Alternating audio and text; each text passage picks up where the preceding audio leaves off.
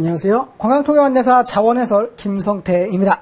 그래서 이제 우리가 자원해설에 대해서 이제 좀 공부를 해볼 건데요. 자원해설 같은 경우는 사실 생각보다 되게 꽈락이 많이 나오는 과목이에요. 그래서 꽈락이라고 하면은 이제 40점 미만으로 이제 맞게 되면은 이제 꽈락이라 그래서 다른 과목의 이제 성공 여부랑 상관없이 이제 탈락을 하게 됐는데 이제 그게 생각보다 좀 많은 과목이긴 합니다. 그래서 왜 그런가라고 생각해보면은 솔직히 말하면 공부할 게 워낙 방대하긴 해요. 공부할 게 워낙 방대하기도 하고 그리고 이제 문화재라든가 뭐 이런 거를 우리가 공부를 하는데 그게 한두 개가 아니거든요. 뭐 국보만 해도 거의 300개가 넘어가고 300개 정도 되고 그리고 이제 보물 같은 건 몇천 개 되거든요. 그래서 이제 그런 거를 우리가 다 외우는 게 일단 현실적으로 거의 불가능하다고 보셔야 되겠죠. 그래서 이제 근데 그럼에도 불구하고 뭐 한두 문제 틀리는 게 아니라 뭐 이렇게 뭐 사실 뭐 많이 틀리기도 해요. 70점대 뭐 이렇게 나오기도 하는데 근데 이제 그런 게 아니라 이제 꽈락이 나와버린다라고 하는 거는 뭔가 공부 방법에 저는 조금 문제가 있다라고 생각합니다. 그러니까 이제 기본적으로는 이제 기출이 됐던 거 위주로 하셔야 되고요. 그러니까 기출이 됐던 걸 먼저 확인하고 그리고 이제 어떤 유형으로 나왔었는가 이런 걸 먼저 확인하면서 내가 어떤 걸 외우고 가는 것이 좀 더 합리적이고 그리고 효율적인가 이런 걸 생각하시면서 공부하시는 게 되게 중요하거든요. 네, 그래서 이제 이 자원해설을 하실 때는 외울 것과 버릴 것 이런 거를 확실하게 이제 해서 가시는 게 가장 좋은 전략이 되지 않을까라고 생각을 합니다. 그래서 저도 이제 도움을 많이 드리겠지만 이제 결국에 이제 시험장에 들어가시는 건 여러분들이기 때문에 그래서 준비를 잘 하셔서 좋은 결과가 있기를 바랍니다. 자, 그래서 일단은 시작을 해볼게요. 우리가 이제 자원기내 기초에서 자연적 자원에 대한 얘기고요. 일단 이제 관광자원은 이제 무엇인가라고 한다면요. 관광자원은 관광의 의욕을 일으키는 대상이 되기도 하고요. 그리고 관광하는 행동의 목표이기도 해요. 그러니까 어디에 가고 싶다라고 한다면은 의욕을 일으키는 대상이 되겠고요. 실제로 거기에 가겠다라고 해서 계획을 잡고 간다면은 관광 행동의 목표가 되겠죠. 그쵸? 그래서 뭐 내가 경주에 한번 가보겠다라고 하면은 경주에 가고 싶어라고 하는 관광 의욕의 대상이면서 내가 경주에 갔다면은 관광을 하기 위해서 가는 행동의 목표가 되는 것이죠. 됐죠? 네, 그래서 이제 대상이자 목표가 되고요. 그리고 협의의 관광자원은 이제 보존하지 않으면 그 가치를 상실할 수 있는 자원을 얘기하는데요. 뭐 넓게는 이제 그냥 우리 누군가에게 관광의 욕구를 불러일으키고 가게 만든다라고 한다면은 모두 관광자원이라고 얘기할 수 있을 것 같아요. 그래서 어원은 이제 중국의 역경에 이제 광국지광에서 나왔는데 이런 거는 설마 안 나오겠죠. 그렇죠? 그래서 한번 읽어보시는 정도면 되겠습니다. 그렇죠? 그래서 이런 것들 역경의 관국지광에서 나온 말이다. 이거 보시면은 되겠습니다. 네, 그래서 이제 우리 관광자원은 이제 어떤 특징을 가지고 있냐라고 한다면, 이 관광자원의 특징 같은 경우는 이제 시험에 나온 적이 있었어요. 그래서 이제 이런 것들은 좀 공부를 하셔야 돼요. 일단은 범위가 굉장히 넓습니다. 네, 범위가 이제 넓어서요. 이제 유형자원도 되지만 무형자원도 가능합니다. 그렇죠? 유형자원이라고 하면은 뭐 주로 이제 유적, 유물 뭐 이런 거 되겠죠, 그렇죠? 네. 그리고 이제 뭔가 눈으로 보고 이제 만질 수 있는 뭐 그런 것들이만 웬만하면 다 괜찮아요. 네, 근데 이제 무형자원이라고 하면은 어떤 걸 얘기하냐면은 뭐 풍속, 그 동네의 풍속, 인심, 그리고 뭐 시민의식 이런 거요. 외국에서 이제 우리나라에 오면은 신기하는 게 그런 거잖아요. 카페 사람이 오면은 빈 자리에다가 핸드폰이랑 지갑을 이렇게 놔두고 그리고 나서 이제 커피를 사러 가요. 그리고 그거를 근데 아무도 그걸 가져가지 않죠. 그래서 그거를 이제 우리나라 사람들은 서로 신뢰하고 있는 거잖아요. 근데 이제 그런 이제 국민성 이런 것들도 사실 관광에서는 되게 중요한 자원이 될 수 있다라고 이야기를 하는 겁니다. 그리고 이제 관광행도를 끌어들이는 유인성이에요. 그러니까 봤을 때 가고 싶어야 합니다. 그렇죠? 가고 싶어 해요. 그래서 내가 여기를 가고 싶다라는 욕구를 불러일으키는 그런 것이 있어야 되고요. 그리고 이제 관광 동기랑 의욕을 일으키는 매력성. 그렇죠? 사실 이거 두 개는 비슷하죠. 그죠? 매력이 있으니까 유인성이 생기는 거죠. 그죠? 왜냐면 가고 싶은 매력이 있으니까 사람을 끌어들이는 것. 이렇게 보시면은 되겠습니다. 네, 그리고 이제 상대성과 변화성인데요. 시대나 사회에 따라서 그 가치가 변화하고 있습니다. 그래서 이제 옛날에는 이제 많이 이제 갔었는데 요즘에는 잘 안 가는 것들, 뭐 그런 거 생각하시면 될 것 같고요. 뭐 대표적인 게 뭐 그런 거 아닐까요? 이게 좀 제 나이를 좀 까는 것 같아서 좀 그렇긴 한데, 저 어렸을 땐 대전 엑스포라고 있었어요. 대전 엑스포. 근데 대전 엑스포가 그때 이제 다들 이게 대전 엑스포가 워낙 이제 이슈가 되고 많이들 여기에 갔어요. 그리고 친구들도 여기 갔다 왔다는 애들도 많았고. 근데 저는 이제 한 번도 못 가봤거든요, 여기를. 그래서 이제 어렸을 때 이제 아버지한테 이제 아버지나 어머니한테 가고 싶다고 이제 얘기를 해도 아버지 어머님이 이제 쉽게 가지를 못하셨어요. 왜 그러냐면 아무래도 좀 우리 집이 좀 가난했었기 때문에. 예, 그래서 그랬던 게 아닌가라는 생각은 드는데 어쨌든 이제 한 번도 못 가봤거든요. 근데 그때 당시 그렇게 이제 이슈가 돼서 많이들 몰렸던 이 대전 엑스포가 요즘에는 파리만 날리죠. 그죠?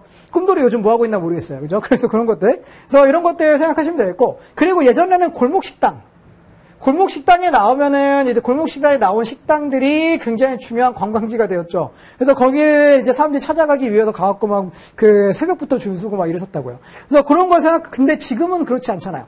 예, 지금은 그렇지 않죠? 그래서 그런 걸 생각했을 때는 이제 이런 것들, 시대에 따라서 가치가 변한다라고 하는 거, 이런 것들을 확인할 수 있을 것 같습니다. 그리고요, 가만히 놔두면 되지 않아요. 그렇죠? 이게 개발의 요구성이 있습니다. 그래서 개발을 해주고 이거를 계속해서 이제 사람들이 올 수 있게 끌어들여줘야 사람들이 몰리기 시작하는 거예요. 그리고 이제 보존과 보호도 되게 중요합니다. 그래서 요즘 사실 우리나라는 개발도 개발이지만 보존과 보호를 조금 더 신경을 써야 되지 않나 싶어요. 그래서 이제 조금만 이제 인기 많았다 그러면은 사람들이 몰리기 시작하고 그리고 나서 이제 관리를 잘 안 해요. 예, 그렇게 되면은 거기에 있던 시설물이다 이런 거 망가져 있는데 거의 몇 년씩 그냥 방치되어 있고 막 이러거든요. 그래서 이제 그런 거 생각하면은 이런 개발 요구성과 보존과 보호 이런 것들이 굉장히 중요하다라고 하는 거 확인해 보시면 되겠습니다. 실제로 지금 그 연대가 오래된 박물관이나 전시관이나 혹은 이제 관광지를 가보세요. 가보시면은 진짜 개판입니다. 진짜 개판입니다. 진짜 가보시면은 이제 뭐 되는 게 없어요. 뭐 이렇게 체험하려고 놔둔 이렇게 막 모형총 이런 거 해보면은 하나도 안 돼요. 되는 게 없어요. 그죠? 그래서 그런 것들, 그래서 보존과 보호가 필요하다라고 하는 거 확인하시면 되겠습니다. 그리고 가장 중요한 것 중 하나겠네요. 자연과 인간의 상호작용. 예, 자연과 인간의 상호작용 결과물입니다. 그래서 자연 그대로, 그 상태로 그대로 있으면 그게 관광지라고 얘기할 수 없겠지만, 관광 자원이라고 할 수 없겠지만, 사람들이 거기에 가고, 거기에 편의시설을 만들고, 그리고 여기로 사람들이 끌어들이면 끌어들일수록 좋은 관광 자원이 되어가는 것이죠. 그렇죠? 그래서 이제 상호작용의 결과물이다. 이렇게 보시면은 되겠습니다. 그래서 관광 자원의 이제 가치 결정 요인입니다. 일단은 접근성이 있어요. 접근성은 이제 물리적 거리도 중요한데요. 심리적인 거리도 되게 중요합니다. 그래서 이제 물리적인 거리는 이제 몇 킬로 정도 되냐, 막 이런 거라면은, 심리적 거리는 이제 내가 여기를 기꺼이 감수하냐, 감수하지 못하냐, 약간 이런 문제인 것 같아요. 그래서 예전에 제가 2019년인가? 그랬던 것 같아요. 2019년도인가? 그때 이제 그 전년도에 제가 해외여행을 갔다 와서 올해는 이제 국내 여행을 가야겠다라고 생각했어요. 그래갖고 저는 부천에 살거든요? 부천에서 시작을 해갖고 남쪽으로 내려가서 군산 찍고, 전주 찍고, 해남 찍고, 그리고 여수 찍고, 그리고 남해 갔다가 이렇게 올라왔거든요. 한 3박 4일 정도 됐던 코스인 것 같아요. 그래서 이렇게 해서 쭉 갔다 왔는데, 그래서 이 얘기를 이제 친구들이 만나면 이제, 나 이번에 휴가 이렇게 보냈어라고 얘기했더니, 야, 진짜 멀리 갔다 왔다 이렇게 얘기하는 거예요. 그래서, 너는 이번에 휴가 어디 가는데? 그랬더니 자기는 베트남 간대요. 뭔가 문제가 있지 않습니까? 이상하죠? 이게 멀어요? 베트남이 멀어요. 베트남이 훨씬 멀죠? 예, 근데 애들이 이거는 멀다고 생각 안 해요. 왜? 마음의 거리인 거죠, 마음의 거리. 국내를 이렇게 한번 이제 자기 차로 이렇게 도는 거는 이제 굉장히 멀게 느껴지지만, 이제 그냥 해외여행으로 비행기 타고 한번 갔다 오는 거는 오히려 가깝게 느껴지는 거죠. 이제 그런 거로 생각하시면 되겠습니다. 그리고 이제 제주도 같은 경우 물가가 올라가면서 이런 얘기 많이 하죠. 제주도 가느니 해외여행 가겠다. 그렇죠. 제주도가 당연히 해외여행보다 가깝죠. 하지만 제주도 가느니 해외여행 가겠다. 이런 말이 나오는 거예요. 그렇죠? 그래서 이런 것들, 그래서 물리적 거리보다는 약간 심리적인 거리가 더 중요하다라고 하는 거 기억하시고요.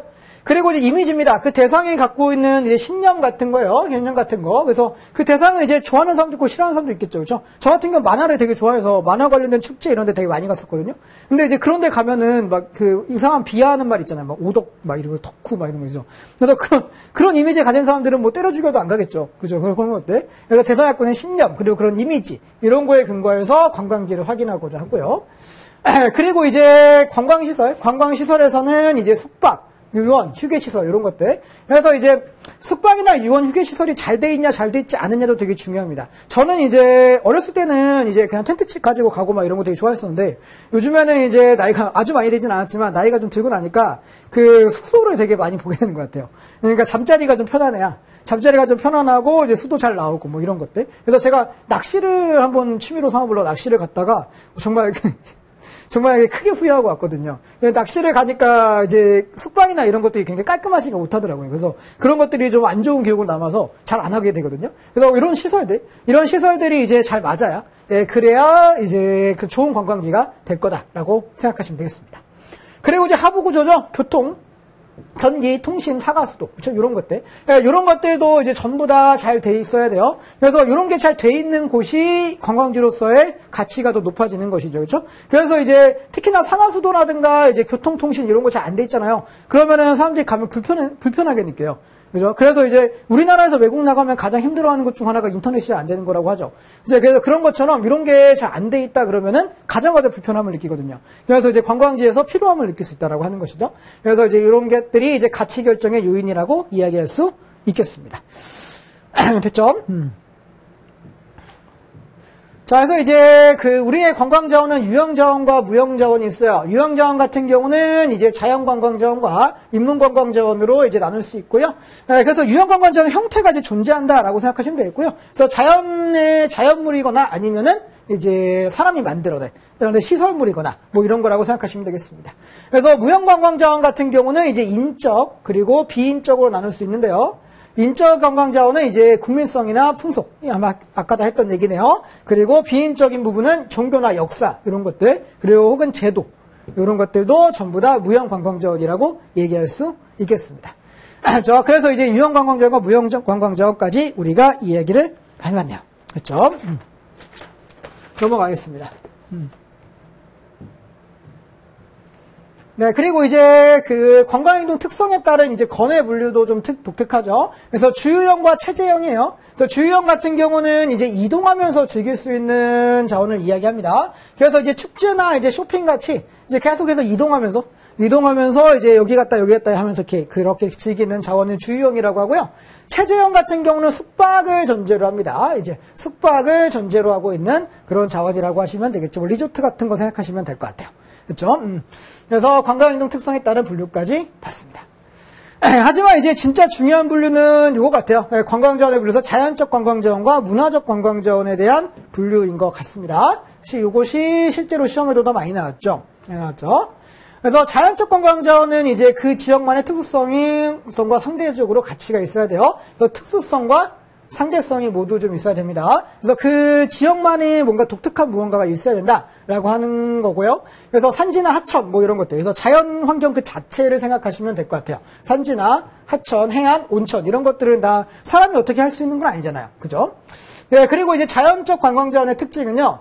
비이동성, 비저장성, 가변성, 계절성이 있는데요. 비이동성은 무슨 의미냐면은 이동하지 않습니다. 그냥 거기 있어요. 그렇죠? 한라산의 백록담이 언젠가 한라산에 있다가 제주도에 있다가 갑자기 서울로 옮겨오고 이러지 않잖아요. 그죠? 그래서 비이동성, 그리고 비저장성. 이게 가치가 이제 저장되어 있지 않고 계속해서 변화한다라고 하는 거고요. 그리고 이제 가변성도 비슷한 이야기가 되겠죠. 그래서 가변성도 시대에 따라서 그리고 사람들의 가치관에 따라서 조금씩 가치가 변하면서 이제 이 자연적 관광자원의 가치도 변하게 됩니다. 그리고 계절에 따라서 여기를 좋아하는 사람도 있고 안 좋아하는 사람도 있어요. 그러니까 계절에 따라서 가치가 변하는 것도 있습니다. 어디는 봄에 가면 좋고, 어디는 여름에 가면 좋고, 그렇죠? 그래서 그런 것들이라고 생각하시면 되겠죠. 네, 그래서 비이동성부터 계절성 이런 것들이 자연관광자원의 특징이고요. 그리고 이제 문화적 관광자원인데요. 문화적 관광자원이 실제로도 시험에 좀 많이 나왔던 것 같아요. 일단은 문화적 관광자원은 문화재보호법. 에 의한 이제 문화재 분류를 이제 기본으로 봐야 될 것 같아요. 그래서 문화재는 이제 인위적이거나 자연적으로 형성된 국가적, 민족적 혹은 세계적 유산을 이야기합니다. 그래서 이제 문화재는 크게 우리가 이게 네 가지 정도로 보는데요. 문화유산, 그리고 무형자산, 자연유산, 그리고 민속유산 이렇게 네 가지로 구분을 하고 있습니다. 그래서 요거 세 개는 꼭 좀 외워주시면 좋을 것 같고요. 그래서 문화유산 같은 경우에는 이제 국보나 보물을 이야기해요. 국보나 보물이고요. 나중에 가서 이제 국보랑 보물에 대해서 조금 더 자세히 배우긴 하겠지만, 그래서 보물 중에서 일단은 우리나라에서 가치가 있고 보존해야 될 만한 유물들을 보물로 지정을 하고요. 그 보물 중에서도 더 가치가 있는 것을 국보로 지정하고 있습니다. 보물 중에서. 그래서 건물이나 서적, 그리고 고문서 이런 거 있고요. 그리고 사적 같은 것도 됩니다. 사적은 이제 장소예요. 절터라든가 성터 같은 거, 궁궐터 이런 것들이 전부 다 사적이라고 이야기할 수 있을 것 같아요. 나머지는 이제 읽어만 보시면 알 수 있는 내용이라 넘어가겠습니다. 그리고 무형자산에서는 이제 인간문화재 같은 게 이제 대표적인데요. 전통 공연이나 예술 같은 것들이겠죠. 그래서 우리나라에서는 뭐 판소리, 간일, 뭐 이런 것들, 그런 것들이 이제 전부 다 무형자산이라고 이야기할 수 있을 것 같아요. 그리고 이제 요즘에는 이제 한의학 지식 같은 경우도 약간 무형자산 쪽으로 가고 있는 것 같고요. 그리고 이제 무예 같은 것도 괜찮습니다. 무예 같은 경우 대표적으로 남아있는 무예는 택견. 예, 택견 같은 거는 무형자산으로 뭐 들어가 있다라고 보셔도 되겠죠. 그리고 그 정조 때 만들었던 무예도보 통지에 의한 이제 그 무술도 요즘에 공연 같은 거 하는 거 보면은 이제 무형자산 쪽으로 들어갈 수 있지 않을까라고 생각을 하고 있습니다. 그래서 이제 이런 것들을 보시면 되겠고요. 그 요즘에 시험에는 그래도 이제 전통놀이 같은 게 조금 나오는 것 같아요. 전통놀이라든가 이제 그 공연, 전통 공연 이런 것들이 시험에 좀 나오고 있으니까 뒤에 가서 아마 무형자산을 배울 때 여기 위주로 좀 공부하시면은 좋을 것 같습니다. 그리고 자연유산이죠. 역시 이제 관광지 하면은 자연유산을 떠올리시는 분들이 가장 많을 것 같아요. 사실. 그래서 이제 천연기념물이나 이제 명승은 이제 어떤 곳이죠? 경치가 좋은 곳 이런 것을 얘기합니다. 명승하면 그것을 경치가 좋은 곳을 명승이라고 생각하시면 돼요. 그렇죠? 그래서 이제 천연기념물이 대부분 다 이제 동식물에 많이 이제 들어간다라고 생각할 수 있는데 동식물 말고도 지형이나 지질이나 광물 같은 것도 자연유산에 들어갈 수 있습니다. 대표적으로는 이제 뭐 지형이나 지질 같은 거 들어가 있는 게 독도 같은 거죠. 독도나 서식지. 이런 것들도 다 이제 들어가요. 그래서 동물이나 식물만 들어가는 게 아니라 이런 이제 독도나 서식지 같은 이제 지형 그리고 지질 이런 것들도 모두 들어갈 수 있다라고 하는 겁니다. 그래서 자연유산에는 이런 것들이 들어갈 수 있다는 거. 그리고 이제 민속유산 같은 경우는 이제 의식주나 뭐 신앙 같은 거를 얘기하는데요. 그러니까 옛날에 뭐 입었던 이제 전통 의복이라든가 뭐 이런 것들이 대부분 다 민속유산으로 많이 들어갑니다. 그래서 이제 풍습이나 관습에 사용되는 의복, 그렇죠? 기구, 그리고 가옥 같은 것들, 네, 이런 것들이 민속유산으로 많이 들어가 있습니다. 그래서 자세한 이제 사례 같은 건 뒤에서 볼 거기 때문에 여기선 이 정도만 하고 넘어가셔도 괜찮을 것 같아요. 그리고 이제 사회적 관광자원이죠. 사회적 관광자원은 이제 역사와 전통, 현재와 과거를 이해하는데 도움을 주는데 그 축제가 주로 많이 중심이 되고 있어요. 네, 되고 있습니다. 그래서 이제 그 결혼식이나 장례식 같은 거, 특히나 이제 결혼식이나 장례식인데 그 장례식이 사실 그거 종묘에서 하는 거 있죠. 네, 그런 것들은 다시 장례식에 가깝거든요. 그래서 그런 것들 생각하시면 되겠고, 결혼식도 전통혼례 같은 경우는 요즘에 그 사회적 관광자원으로서 많이 활용하고 있죠. 자, 그리고 민간 종교나 전통 예술 같은 거, 이런 것도 괜찮고요. 향토축제 괜찮네요.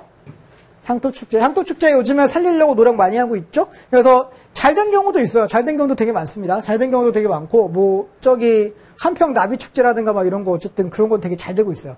그래서 향토축제 이런 거나 이제 연중 행사, 명절이나 이럴 때 하는 것들이라고 생각하시면 되겠습니다. 그런 것들. 그리고 이제 문화, 교육, 사회시설 같은 거. 요즘에 이런 문화, 교육, 사회시설도 굉장히 중요한 사회자원으로서 이제 그 자리매김하고 있습니다. 그래서 확인해 보시면 되겠고요.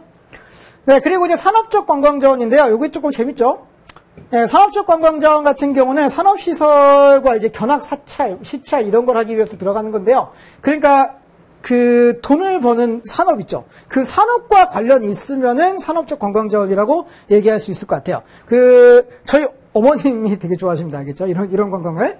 그래서 이제 농수나 산업 같은 거 이렇게 보시면은 농수산업 쪽에서 농장, 목장, 어장, 관광농원 이런 데 가요. 그래서 간 다음에 그런 거 있잖아요. 여기서 이제 뭐 딸기 따기 체험 뭐 이런 거 있죠. 그렇죠? 오렌지 따기 체험. 오렌지가 있나? 이제 뭐 그런 것들. 예, 그런 것들 이제 농장에서 뭐 고구마 캐기 체험 이런 거 있죠. 그런 거 한 다음에 이제 캔만큼 가져가기 막 이런 거 하잖아요. 예, 그런 것들은 다 이제 농수산업과 관련된 산업적 관광자원이라고 이야기할 수 있을 것 같아요. 그죠? 그래서 이제 어르신들이 이런 거 되게 좋아하시는 것 같아요. 이제 가면은 이제 뭔가 얻어올 수 있다라고 하는 재미도 있고, 그리고 이제 그거 따고 이제 캐는 거 자체가 조금 그 소일거리 같이 느껴지시는 것 같아요. 그래서 이런 것들, 농수산업 관련한 거 보시면 되겠고요. 네, 그리고 이제 공업 관련해서는 이제 공장시설이나 산업시설 이런 거 있는데요. 요즘에는 이제 이런 걸 적극적으로 활용하는 곳이 맥주공장 같은 곳이 적극적으로 활용하고 있는 것 같아요. 맥주공장. 네. 이런 데가 이제 대표적인 것 같고요. 제가 어렸을 때 대학교 때, 네, 어렸을 때라고 하면 오해하실 수 있으니까, 대학교 때. 예, 대학생 때 이제 버스를 빌리는데, 하이트 공장. 하이트 맥주 공장을 이제 들러서 가면은, 하이트 공장에서 버스를 빌려줬어요. 버스를 무료로 빌려줬어요. 그래갖고 이 하이트 공장을 견학하고 가는 걸로 이렇게 했었거든요. 그래서 하이트 공장에 가면은 거기를 견학하고 그리고 나서 거기에서 이제 무료로 맥주를 시음할 수 있어요. 그래서 거기서 공장에서 반 나온 이제 맥주 같은 걸 시음할 수 있는데, 나중에 혹시라도 맥주 좋아하시는 분 한번 경험해 보시기 바랍니다. 제가 지금까지 마셔봤던 맥주 중에서는 가장 맛있었어요. 네. 네, 그리고 이제 이런 것들은 요즘에 저기 일본 같은 데서도 되게 많이 하더라고요. 네, 일본 같은 데서도 이제 뭐 에비스라든가 뭐 이렇게 아사히 뭐 이런 공장에서 이런 걸 하고 있어요. 그래서 이제 공업시설에는 이런 것들 좀 보시면 되겠습니다. 그 상업에서는 상업 관련해서는 박람회나 전시회. 저는 이 박람회 가는 거 되게 좋아하거든요. 어렸을 때도 많이 갔어요. 그리고 그 20대 때 특히 많이 갔던 것 같아요. 그래서 박람회나 전시회, 그리고 백화점이나 쇼핑센터, 그렇죠? 예, 그죠? 예. 남자들이 가면 힘들어하는 곳입니다. 네, 그리고 이제 전통시장이나 특산물 이런 것들, 그런 것들이 이제 상업 관련된 산업적 관광자원이라고 얘기할 수 있겠습니다. 그렇죠? 그래서 요즘에 이게 전통시장이나 특산물은 이제 패키지 여행 가시면은 꼭 들게 되죠. 이렇게 보시면 되겠습니다. 됐고 넘어가겠습니다.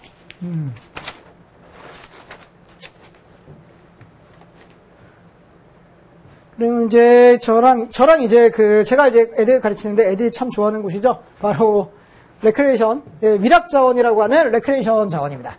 그래서 이제 대표적인 거는 이제 주제공원이고요. 주제공원 바로 테마크크라고 하는 곳이고요. 뭐 대표적인 테마파크 하면은 역시 에버랜드가 되겠죠. 그렇죠? 76년도엔 자연농원이었는데 지금은 에버랜드라서 에버랜드. 그죠? 그리고 롯데월드, 그리고 뭐 제2롯데월드 있는데요. 뭐 놀이기구 타고 뭐 이런 곳은 아니지만 뭐 괜찮은 곳입니다. 그렇죠? 그래서 이제 이런 것들이 이제 대표적인 주제공원이고요. 저도 지금도 되게 좋아합니다. 가는 거. 네, 그리고 이제 미국의 디즈니랜드나 이제 디즈니월드 이런 것들, 그리고 저기 일본에 가면 유니버셜 스튜디오 뭐 이런 거. 최근에 우리나라에 이제 개장했던 레고랜드죠? 예, 그런 것들. 예, 그래서 그런 것들이 이제 대표적인 주제공원이라고 하시면은 될 것 같아요. 예, 그래서 이제 독특한 주제를 가지고 방문객에게 특별한 경험을 제공합니다. 그래서 그 롤러코스터 같은 거 굉장히 특별한 경험이잖아요. 그렇지 않습니까? 아마존 익스프레스 이런 거죠. 되게 특별한 경험이니까 이런 거를 제공한다고 하시면 되겠고요. 예, 그리고 여기에 가시면은 이제 휴양시설 같은 것들이 요즘에 설치된 게 되게 많고요. 캐리비안 베이 같은 뭐 이렇게 워터파크 이런 데 가시면은 그런 데는 숙소 같은 것도 제공이 되고 있죠. 그래서 그런 것들 확인하시면은 되겠습니다. 그래서 이제, 그리고 이제 한국관광공사의 이제 관광자원 분류는요, 그래서 이렇게 나누고 있어요. 제가 지금까지 나눴던 겁니다. 그래서 유형관광자원에서 자연, 문화, 사회, 산업, 그리고 관광 레크레이션 자원. 그래서 지금 우리가 지금까지 본 게 한국관광공사에서 분류하고 있는 관광자원 분류였습니다. 그렇죠? 확인하시면은 되겠네요. 이거요. 네. 그리고 이제 관광개발 정책이 나와 있는데요. 우리나라 이제 관광개발 정책이 이제 1대부터 해서 쭉 오는데요. 뭐, 첫 번째는 이제 10대 관광권이라고 해서 72년도에 한번 만들었고, 그리고 8대 흡입권이라고 해서 그건가 24 개발소권 이렇게 만들었는데, 한번 읽어보시면 되겠고요. 그러다가 이제 90년대 들어가서 이제 5대 관광권, 그리고 98년도에는 7대 문화관광권 나왔고요. 그리고 나서 이제 92년도부터는 우리가 관광개발 기본계획이라는 걸 만들기 시작해요. 그래서 1차가 1992년부터 이제 2001년까지, 2차가 2002년부터 2011년까지, 그리고 3차가 2012년에서 2021년까지인데요. 네, 요거는, 네, 수정해서 나가겠습니다. 네, 2021년까지고요. 그러면 2021년이면 작년에 끝났잖아요. 작년에 끝났으니까 그럼 이제 어떻게 해야 되냐? 2022년부터 4차가 나옵니다. 그래서 요거까지 이제 드릴게요. 4차는 2022년부터고요. 네, 어디까지 갈지는 잘 모르겠으나 2022년부터 시작을 합니다. 그래서 이제 뭐 대충 내용은 이런 거였어요. 예.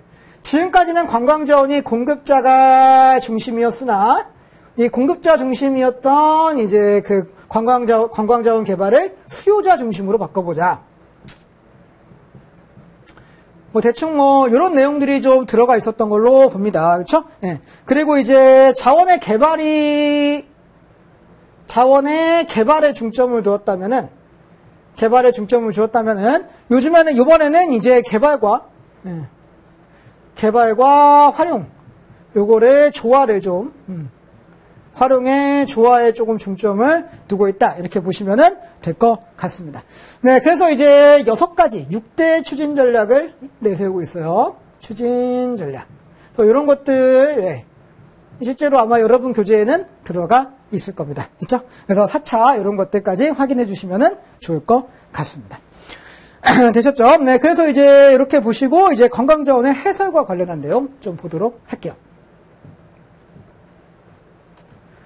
네, 관광자원의 해설은 이제 쉽게 풀어서 밝힌다라고 하는 의미가 되겠고요. 네. 그래서 이제 우리가 이제 해설하는 사람이 이제 느끼는 거를 이제 관광객들한테도 이제 느껴지도록 하는 것이라고 생각하시면 되겠고요. 그래서 해설자가 얼마나 이제 해설을 잘 하는가에 따라서 관광객들이 이거를 얼마나 많이 즐기고 느끼고 갈 수 있는가, 이것이 결정된다라고 얘기할 수 있겠죠. 그래서 일단 사실과 정보를 단순하게 전달하는 건 아니에요. 네. 단순하게 전달하는 거는 그냥 표지판에다 해도 돼요. 근데 이제 해설사가 필요한 이유는 이 전달하는 과정에서 그 사람 의미를 부여하고 그 사람들이 조금 더 집중하고 이제 더 많은 것을 배워갈 수 있도록 하기 위해서 해설이 필요한 것이죠. 그렇죠?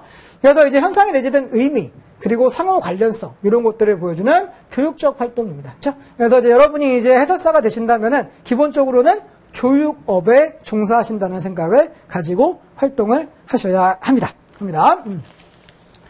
네, 그래서 이제 그 자원 해설을 하는 이제 목적은 뭐냐라고 하면은 일단 관광객적으로 봤을 때는 일단 경험을 풍부하게 하죠. 예, 경험을 이제 풍부하게 하는 거. 그래서 관광객이 들어가서 그냥 이제 자기들끼리 보는 거 가지고는 딱히 뭐 이제 얻는 게 없어요. 그래서 제가 이제 옛날에 이제 애들을 데리고 이제 초등학생들이나 이런 애들 데리고 이제 체험학습도 많이 가고 그랬었는데 가면은 그 제가 없이 그냥 애들한테 뭐 너희가 한번 보고 와봐 이렇게 갖다 보내잖아요. 그러면은 몇 분 걸리지도 않아요. 박물관 한 바퀴 이렇게 도는데 한 10분? 15분? 거의 그거는 뭐 보는 게 아니라 거의 주파하는 거죠, 주파. 그래서 이제 그렇게 돌고 오거든요. 그러면은 걔네들한테 무슨 경험이 있을까? 박물관에 뛰어다녔던 경험? 그거 말고는 없거든요, 그죠? 예, 그래서 이제 이 해설이라고 하는 거는 그렇게 되지 않게 하기 위해서, 이 한 번 관광을 가더라도 여기서 더 많은 경험을 가져오기 위해서 그래서 하는 거라고 보시면 되겠습니다. 그러면서 지식의 폭이 확대될 수 있죠. 확실히 이제 해설하는 사람과 같이 가게 되면은 여기 있는 거를 좀 더 심도 있게 파악하고 지식의 폭도 늘릴 수 있어요. 그리고 봤을 때 이게 궁금한 게 뭔가 생겼어요. 궁금한 게 생겼는데 해설해 주는 게 없어. 그러면은 그거를 결국에 호기심을 충족하기 어렵겠죠? 요거를 충족시켜주는 역할도 합니다. 네, 그리고 이제 몇몇 이제 관광대 같은 경우는 우리가 이제 그런 거 많이 하거든요. 안보 관광이라 그래갖고 이제 철원 쪽으로 가면은 저는 이제 가끔 추천합니다. 이제 안보 관광 그래도 괜찮아요. 그래서 그런 것도 이제 가시면 되게 괜찮아요. 그래서 가보시면은 향토에나 조국에 이런 것을 북돋을 수도 있다라고 하는 거. 그래서 나라에 대한 약간 소중함 이런 것들. 물론 저는 애국심이라고 하는 말을 그렇게 좋아하지는 않지만 그 어느 정도는 필요하다고 생각하거든요. 그렇죠? 그래서 그런 거를 위해서는 한 번씩 가는 것도 괜찮고요. 그리고 요즘에는 그런 관광 자원들이 워낙 잘 돼 있기 때문에 한 번씩 가보시면 좋겠습니다. 됐죠? 네. 네, 그리고 이제 마지막으로 관광객의 관광지에 대한 이해 능력을 이제 도와주고 있죠. 이해 능력을 높이는 데 도움을 주고 있습니다. 관광지에 대한 이해 능력을 높여주고 있어요. 그래서 한번 읽어보시는 정도면 되겠습니다. 그리고 이제 관광 대상지의 관점인데요. 보다 많은 관광객 유치 촉진하면서 가장 중요한 거네요. 네, 경제에 도움이 됩니다. 네, 결국 우리가 관광지를 만들고 관광지를 개발하는 이유는 결국 돈을 벌기 위한 거예요. 그래서 경제적인 활동을 통해서 어느 정도 우리가 이익을 얻고 그거를 통해서 또 새로운 걸 개발하고 이런 걸 하기 위해서죠. 그래서 경제에 도움이 되고요. 그리고 이제 그 관광지가 잘 되잖아요. 잘 되면은 이거를 잘 유지 보수해서 장기화시키고 싶은 마음들이 많이 생겨요. 그러다 보면은 관광지 훼손을 방지하는 부분도 있습니다. 게다가 이제 해설사들이 자원 해설하는 사람들이 이거에 대한 이제 소중한 감정을 만들어주고, 그리고 이제 해설하는 과정에서 그 문화재에 대해서 어떻게 다뤄야 되는가를 얘기해주면서 이 관광지 자체가 훼손되는 것을 방지하는 면도 있습니다. 그리고 이제 지역민들의 관심을 가지게 해서요, 자원의 보존에 도움을 줍니다. 그래서 지역민들의 관심을 가지게 하는 거 아주 중요하죠. 그래서 지역민들 같은 경우는 이제 자기가 사는 지역에 관광지가 형성이 되면은 사람들이 많이 몰리게 되고, 그렇게 되면 그게 자기한테 도움이 된다고 생각할 수 있잖아요. 그렇죠? 그래서 이제 지역민들의 관심을 갖게 하는 거 되게 도움이 됩니다. 네, 그리고 관광지 관리 또는 대체 비용을 절감합니다. 왜냐하면 훼손이 줄어들기 때문에 그죠. 이게 훼손되면 다시 복원하는데 진짜 많은 돈이 들거든요. 많은 시간과 돈이 드는데 이제 그런 것들을 조금 이제 막아주는 그런 역할을 하기도 합니다. 그래서 이제 관광 대상지에게도 이제 우리 해설사가 하는 일은 굉장히 중요하다라고 보시면은 되겠네요. 자, 그래서 우리가 이제 해설을 성공하려면 어떻게 해야 되는가입니다. 네. 일단은 이제 처음에는 이제 첫 대면할 때 여행의 목적이나 관심사를 파악하는 거 굉장히 중요합니다. 그래서 이제 물론 이제 여행의 목적이나 관심사가 모두가 같을 수는 없을 거예요. 근데 어쨌든지 간에 이제 대부분이 공유하고 있는 이제 목적이 무엇인가, 관심사가 무엇인가를 한번 확인하고요. 그러면서 이제 그거에 대한 이야기를 하면서 친밀감을 형성합니다. 정말 중요하고요. 제가 만약에 해설을 하는 입장이라고 얘기한다면은 저는 이게 가장 중요하다고 생각해요. 친밀감을 형성하는 거.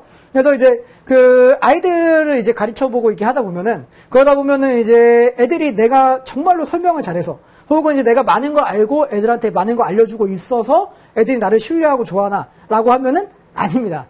그게 아니고 그냥 이제 그 나랑 뭔가 공감대가 생겼다라고 생각이 들면은 그때부터는 애들이 뭔가 그 벽을 하나 허물어요. 네, 그런 거랑 똑같아요. 어른들도 마찬가지입니다. 어른도 뭔가 공감대가 형성되고 이제 이 사람이 이제 나와 뭔가 함께 한다라고 하는 생각이 들면은 그때부터는 이제 그 친밀감 형성이 되고 이 사람이 한마디를 해도 더 열심히 듣게 되거든요. 그래서 이 친밀감의 형성이 저는 1순위라고 항상 생각을 해요. 그 다음에 이제 같이 가는 그룹 있죠? 그 그룹 간의 일체감도 중요합니다. 나는 누구는 이거 보기 싫어서 저기로 가버리고, 누군 저기로 가버리고, 그러면은, 이게 제대로 될 리가 없잖아요, 해설이.